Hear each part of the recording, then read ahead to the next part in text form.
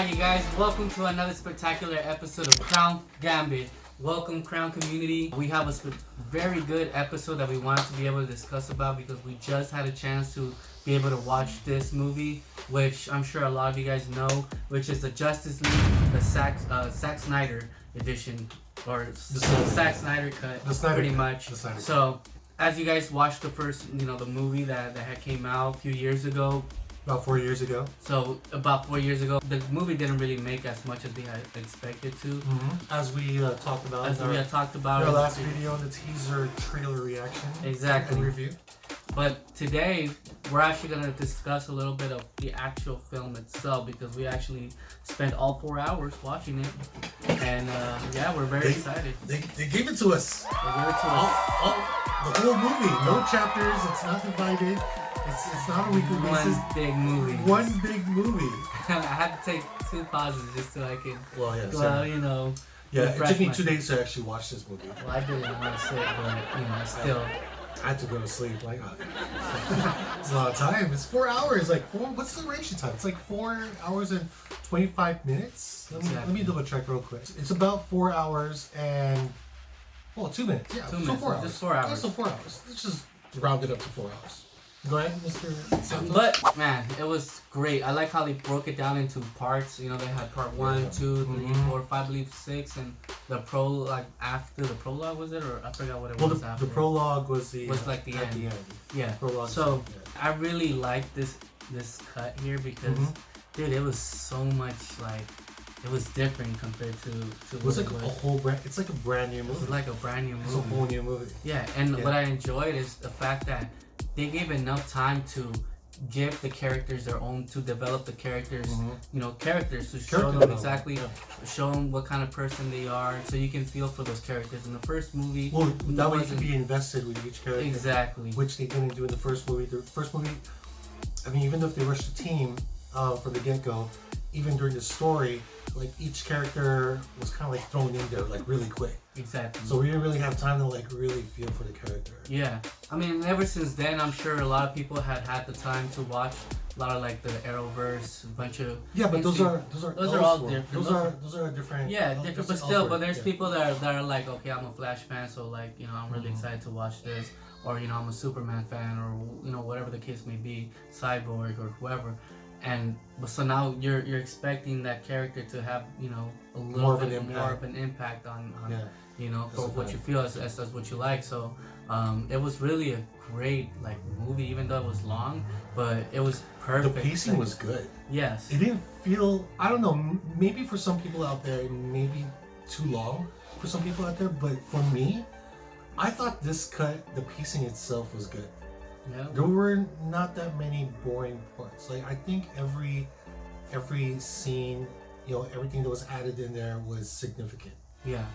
Right? Yeah, it was not insignificant, but significant. It's significant. Yeah. So, what did you think? What was your oh my gosh, so much to talk about.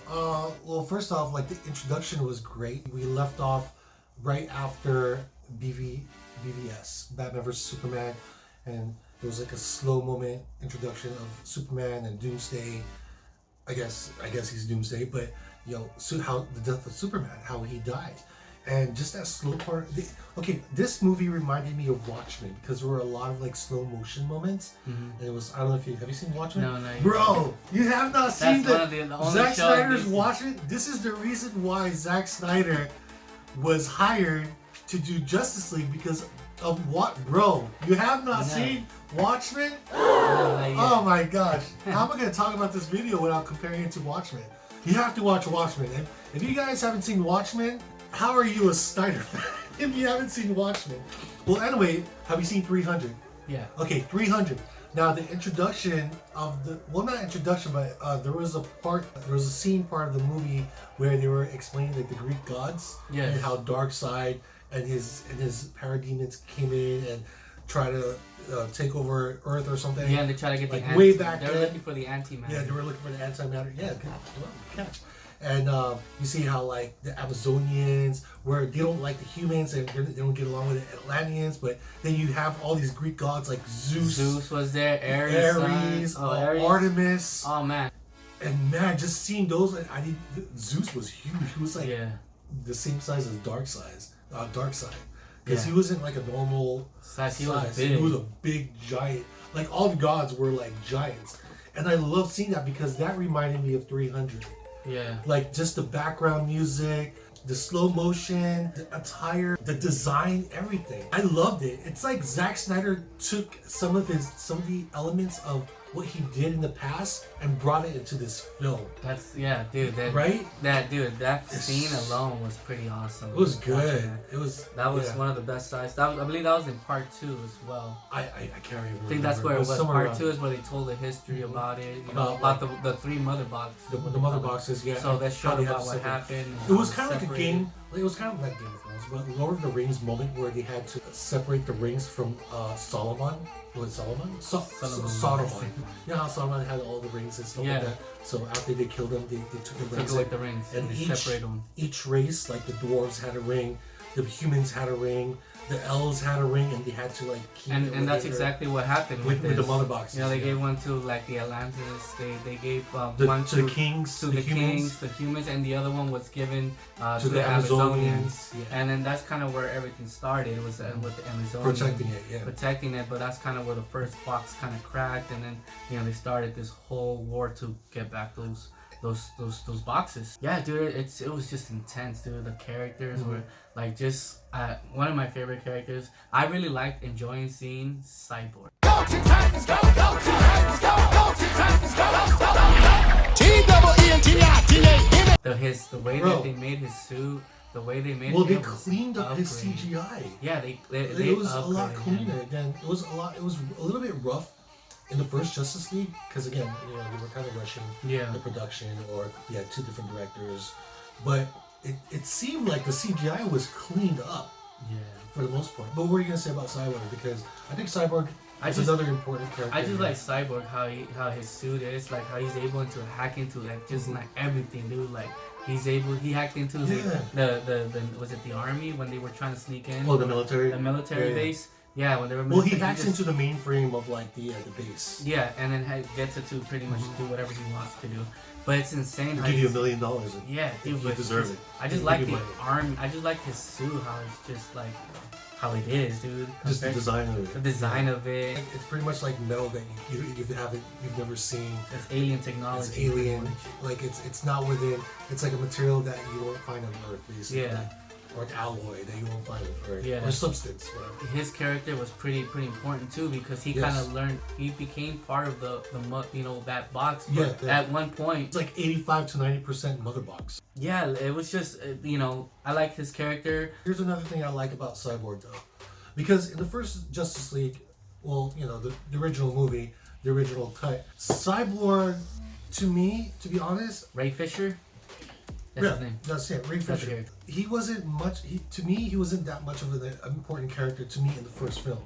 But in this film, the way Snyder cut it, there was more development with his backstory. We now know why he's so separated with his father. Remember that one scene with his mom?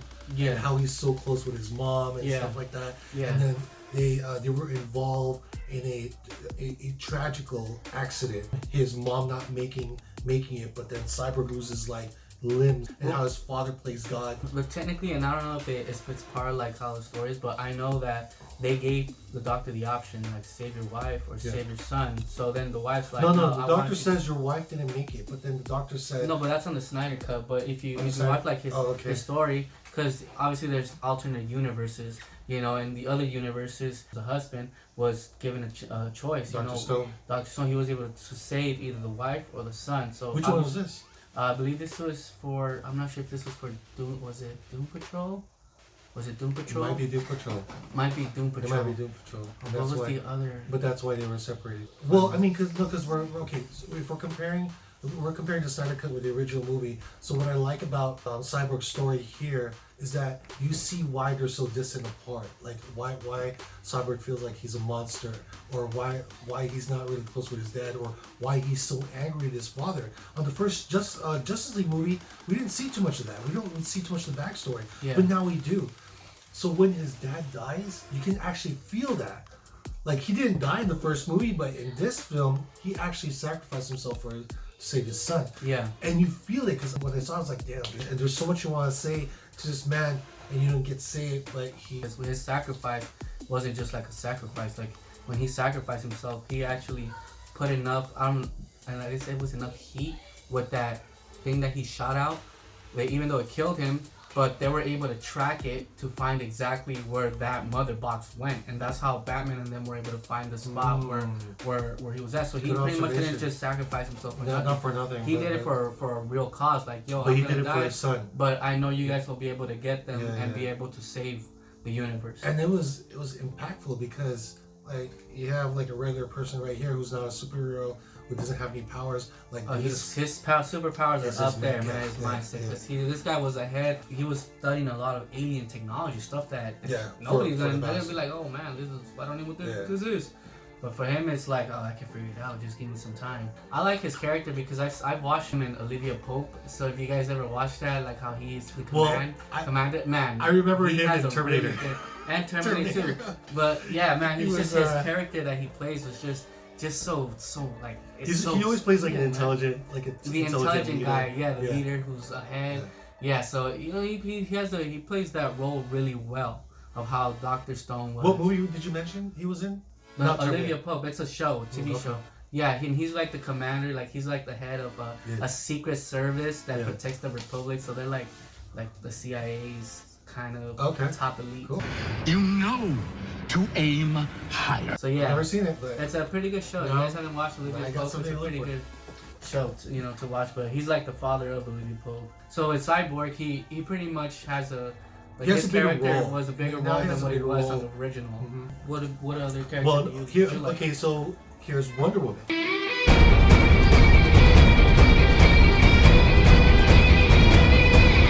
Now, I like Wonder Woman and the Amazonians. Man, I can watch those Amazonian women fight. Like, talk about female empowerment. Like, this is inspiring to a lot of women, like a lot of girls out there, trying to, get their stuff out there, and just to watch them made me feel like, wow, these women are badass. Yeah. I'll tell you that, dude. I mean, but even though if it takes like 100 Amazonians to beat Steppenwolf, like you see like the fitness and like the work that these women do, and it's crazy. Yeah. Like, I love that scene so much. And maybe because I'm a big fan of like Greek mythology or like 300. I love Snyder Cut's 300. Seeing that scene alone really reminded me of Zack Snyder's 300. And I love it. Not to mention, the Amazonian women are just, wow. Beautiful. Amazing. Beautiful. Yeah, I love that scene. Yeah, I just like how they were how they were passing the box little by little. Yeah, they sacrificed themselves for the sisterhood, and I love that. And they were just going at it. It's just saving the queen, like go. And it sucks that at the end, it was a lot of them died. Yeah, but you still got like 100 more Amazonians coming in horses. I just love that Greek mythology stuff and the 300 and warriors, and just to see these women like kick ass, dude. I love it. It's such a dope scene. I love that scene alone.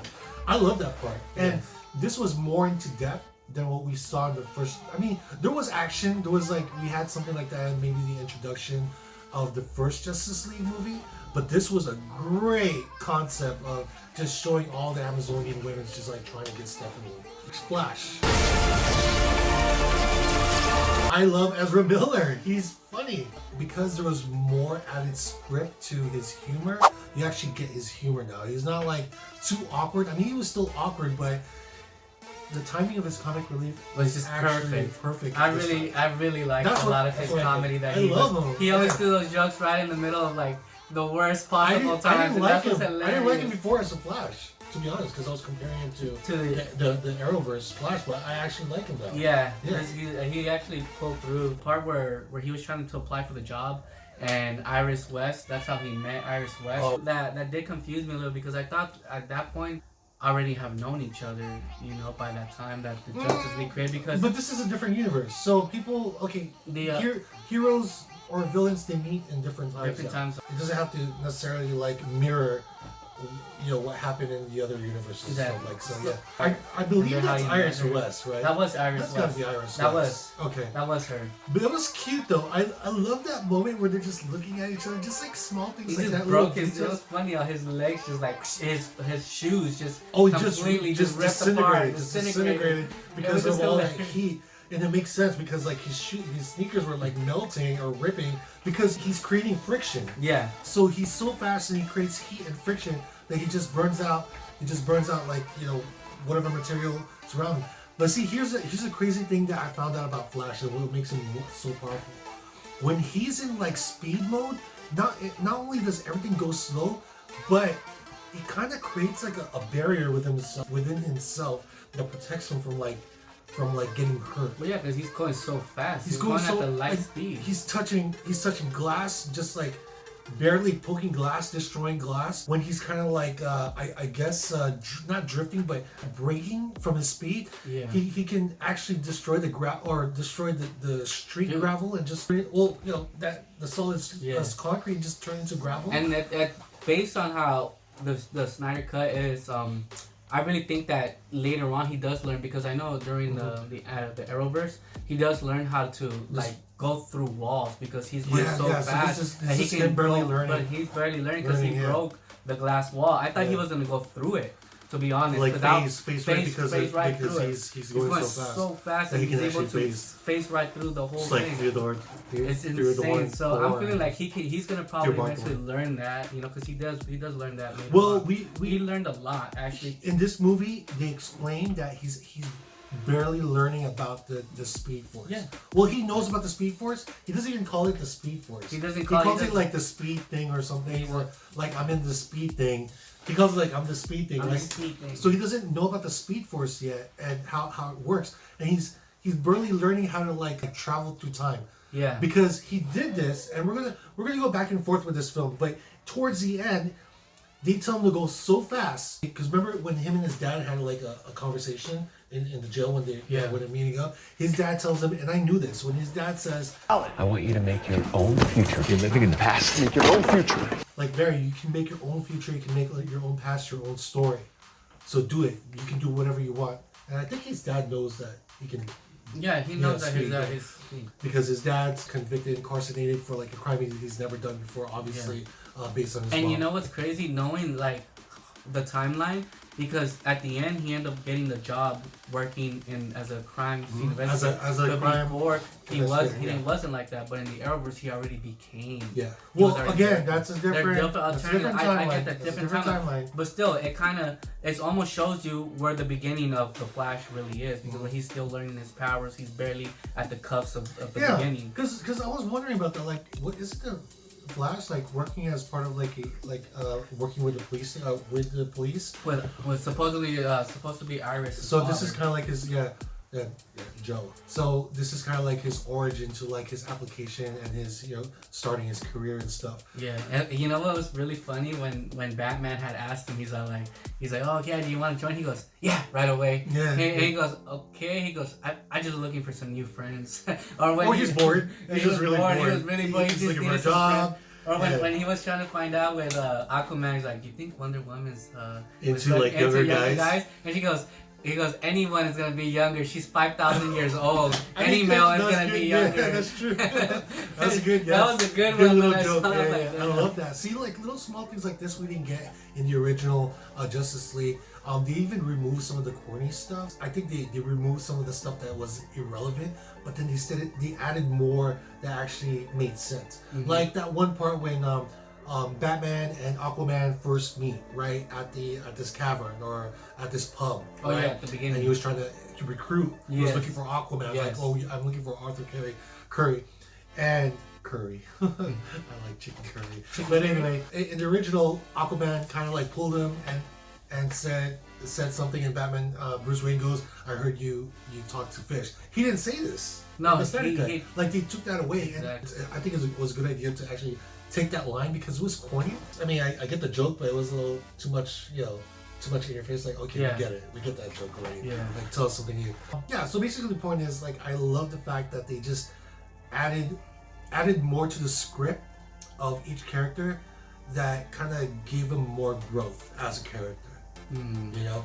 Yeah, so we talked about the Flash, his development. I really like just that one scene alone with if it's Iris West, but that one scene alone with Iris West, dude, it made me feel like all lovey-dovey inside. Like I love that moment. It was cute. Yeah, he saved her.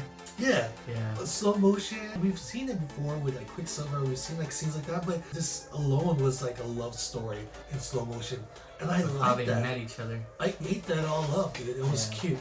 Well, the next character in the line is Aquaman. Jason Momoa. Jason Momoa.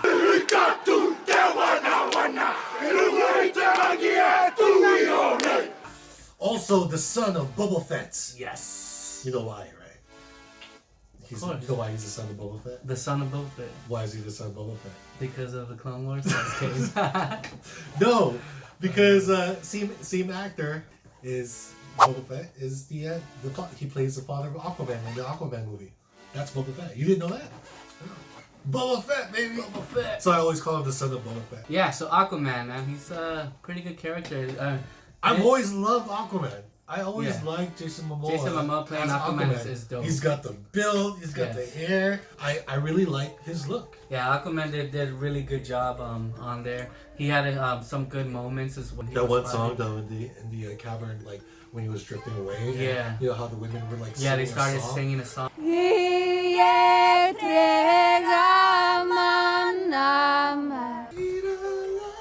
Yeah, they always sing to him. That reminded me of that scene alone. Reminded me of Lord of the Rings. It was kind of like a farewell song to like the loved ones that passed away. And you remember Lord of the Rings? I think it was the Two Towers when the king died. The king died. Yeah, and then her niece started singing. They started singing. Yeah, and well, I don't know if it was the king. I think it was her brother or something. But yeah, that reminded me. That was like a Lord of the Rings moment right there. The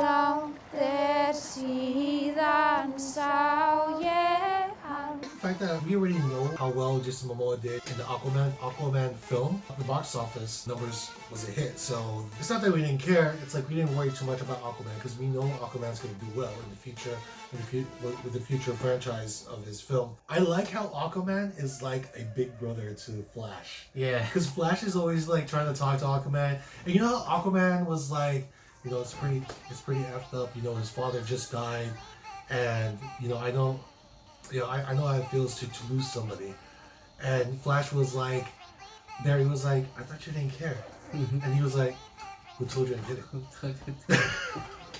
He's so sincere, but he has such a straight face. He gives us a straight face. Because he jokes around so much, you know? And he jokes around, but it's like, I think he's sarcastic. The funniest he's so part sarcastic was when the Flash was trying to go after Superman, and he ends up landing and smacking Aquaman. Aquaman gives him that man like, I'm about to beat your ass to the Flash because he was so like pissed. He like because like the Flash, right? When he's in speed force, he's strong, right? Yeah. So he knocked out Aquaman. They fell, and Aquaman's just pointing at him like this. Like I should just get you, dude. What the heck did you? He's like, what? I'm sorry, dude. I'm sorry. I didn't mean to.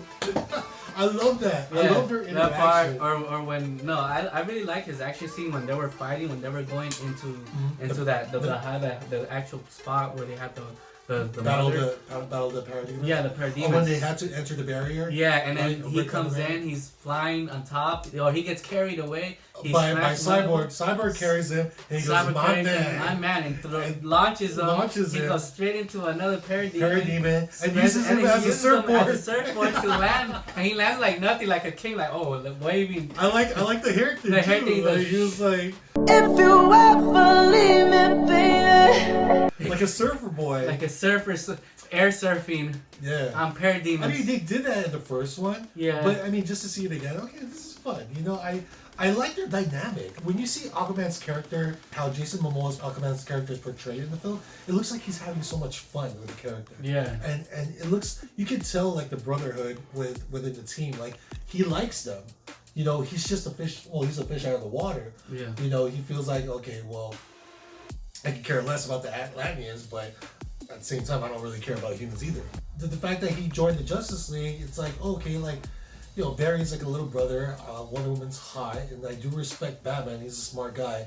You know, so I really like that dynamic where it's like, you know what, maybe I can join this team. Yeah, and then Superman was like, do we really need? At first he was like, do we really need to bring him back? Like, yeah, gonna make it worse. Yeah, and then Batman was like, no. Ben Affleck was like, no, we need him. Yeah. I need to correct my mistakes of what he did wrong. So, but that's the next on the list. Batman. Ben Affleck. Well, yeah, Ben Affleck was, man. A lot of reshoots, a lot of stocky.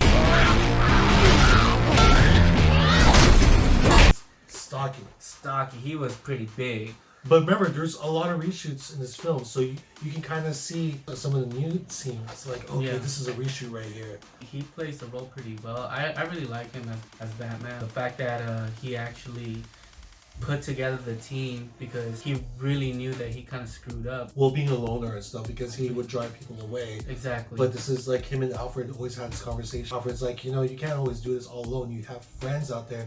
You're gonna have to start trusting people again. Yeah, and the fact that I did catch at the end that, you know, based on what you said, that he ends up having to have Flash go back into time. Yes. And that's one thing I think, because at the end you kind of see Mira, Cyborg, Deathstroke, the Joker, and Batman. That's kind of like the new Justice League. That gets to show you exactly that Ben Affleck screwed up the time. Well, he had Flash go back a couple times. Well, he busted out of John Connors. He sent Flash to alternate the timeline, to do a flashpoint. Because I guess in that time now, because you see Deathstroke, he kind of aged a little bit more. He has a mohawk, whatever. Like, everyone looks older, I guess. Flash has like a beard and stuff, so Mira doesn't really age. But you can see like this is like the future now, and you can see that Batman would keep telling Flash like, okay, this timeline sucks, so I need you to go back in time again and warn myself, me, Batman, and tell me that this is the key, or this is what needs to be done. So that's why Batman needs to build a team, because he told himself to do that. Basically, his future Batman told Flash to send a message. So Flash is basically the messenger, and this is what I like about it, because now they're explaining more things here, you know, that happened in the past films, especially with Batman v Superman. Like, why did Flash come back? Like, that's finally explained. Like, explain that that Flash is changing the timeline and changing it. As he's Flashpoint, he's alternating everything, because it doesn't come back to the same. And exactly. It thinks that tweaks that they cannot control. Right. And the Joker was like, I don't know how they know, but it seems like they noticed the changes. But Joker's like telling Bruce, like, so Batman, how many times are you gonna F up the timeline? Like, how many times do you have to fix this? Do we have to fix the mistake? Yeah, how many times do we have to do this, right? Or something like that. He says something like that. Yeah, when they were going at it, he exchanging words between the Joker and oh my gosh, I love it. How many alternate timelines do you destroy the world? Because, frankly, you don't have the colonies to die yourself. That's what he told Batman, word for word. So and so that kind of shows you that they changed the timeline many times. Well, I guess at this time, like, Flash, he had a different suit. I like his suit. How he had that. Yeah, because I think now he has to wear a specific suit to actually time travel. That probably made him quicker, or make him go faster, or maybe protect because without him for the Speed Force. Yeah. Because I guess if you're going like really back in time, like, it might mess you up. Well, he was good at doing that. We don't know what the suit does yet, but it's supposed to protect them. So, but yeah, Batman. I like the what did they call it? The night was it Nightcrawl? When he was the Nightcrawler. The Nightcrawler, dude. Not from X-Men. No, not from X-Men. Nightcrawler from the actual that thing was sick. It's like a spider. Yeah. I like how Cyborg took over and hacked into it and started using it, while also taking those guys up without all that water, you know. Imagine having a friend like Cyborg to just like fix all your EDD stuff. All your employment, all your taxes. Everything's all... No, but then again, okay, what makes Cyborg even more special as a character is that he has this power to just like hack into mainframes, change everything. His dad tells him, and what I like about his dad, his words were, the hard part is not doing it. It's tempting. Like everything's there in front of you, and it's like you just touch it. You can change anything just by touching it. But the hard part is not doing it. It kind of reflects to that one sentence or that one phrase that Ben Parker tells Peter Parker in Spider-Man, with great power comes great responsibility. I really like that. I appreciate that. It's good that he's a hero, because if he was a villain, man, he'd be like taking advantage of it. Hacking to everyone's bank accounts. Doing a bunch of bad stuff. So who's next in the line? So we took care of Batman. We pretty much said a little bit. What did you like about Batman? And there is nothing about Batman I did not like. Nice. I love Batman. I love his suit. I like steampunk Batman. Well, I'm not gonna call him Nightmare Batman anymore. I want to call him steampunk Batman because he looks like he's steampunk.